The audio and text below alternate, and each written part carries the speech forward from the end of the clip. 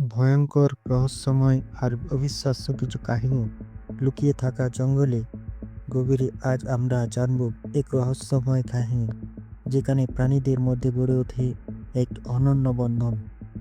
এক সময়কার গহীন জঙ্গলের গভীরে ছিল এক শান্তিপূর্ণ স্থান যেখানে পশুরা মিলেমিশে বাস করত। কিন্তু হঠাৎ করে এক অদ্ভুত ঘটনা ঘটতে থাকে।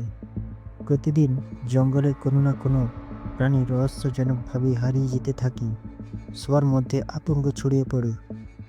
এই জঙ্গলে বাস করত চার বন্ধু: রাজু, এক সাহসী বাঘ; মিঠু, এক চালাক বানর; রবি, এক শান্তশিষ্ট হরিণ; আর কুটিল, এক বুদ্ধিমান শেয়াল। তারা ঠিক করে এই রহস্যের সমাধান বের করবে। এক রাতে তারা গভীর জঙ্গলে পাহারা বসায়।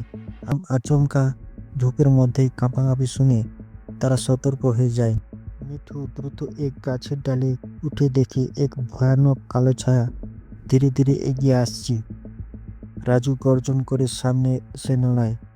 হঠাৎ করেই দেখা যায় সেটি আসলে এক বিশালাকার কালো নেকড়ে, যে বহু বছর পর এই জঙ্গলে ফিরে এসেছে প্রতিশোধ নিতে। কারণ এক সময় মানুষের হাতে তার গোত্র ধ্বংস হয়েছে। কিন্তু কুটিলের বুদ্ধির কারণে তারা বুঝতে পারে নেকড়ে আসলে প্রতিশোধের আগুনে পড়ছে। কিন্তু আসলে সে দুষ্ট নয়। তারা তাকে বোঝায় যে প্রতিশোধ কোনো সমাধান নয়, বরং একসঙ্গে থাকলে শান্তি আসবে। নেকড়ে ধীরে ধীরে নরম হয়ে আসে এবং জঙ্গলের প্রাণীদের বন্ধু হয়ে ওঠে। এরপর থেকে সেই জঙ্গলে আবারও নিরাপদ হয়ে ওঠে। প্রাণীরা একসঙ্গে বাস করে এবং নেকড়ে তাদের রক্ষাকারী হয়ে ওঠে। এইভাবেই বন্ধুত্ব ও সহমর্মিতার জোরে এক বড় বিপদ থেকে মুক্তি পাওয়া সম্ভব হলো। এই গল্প আমাদের শেখায় যে কোনো সমস্যা ভালোবাসা, বোঝাপড়া আর একতা দিয়ে সমাধান করা সম্ভব।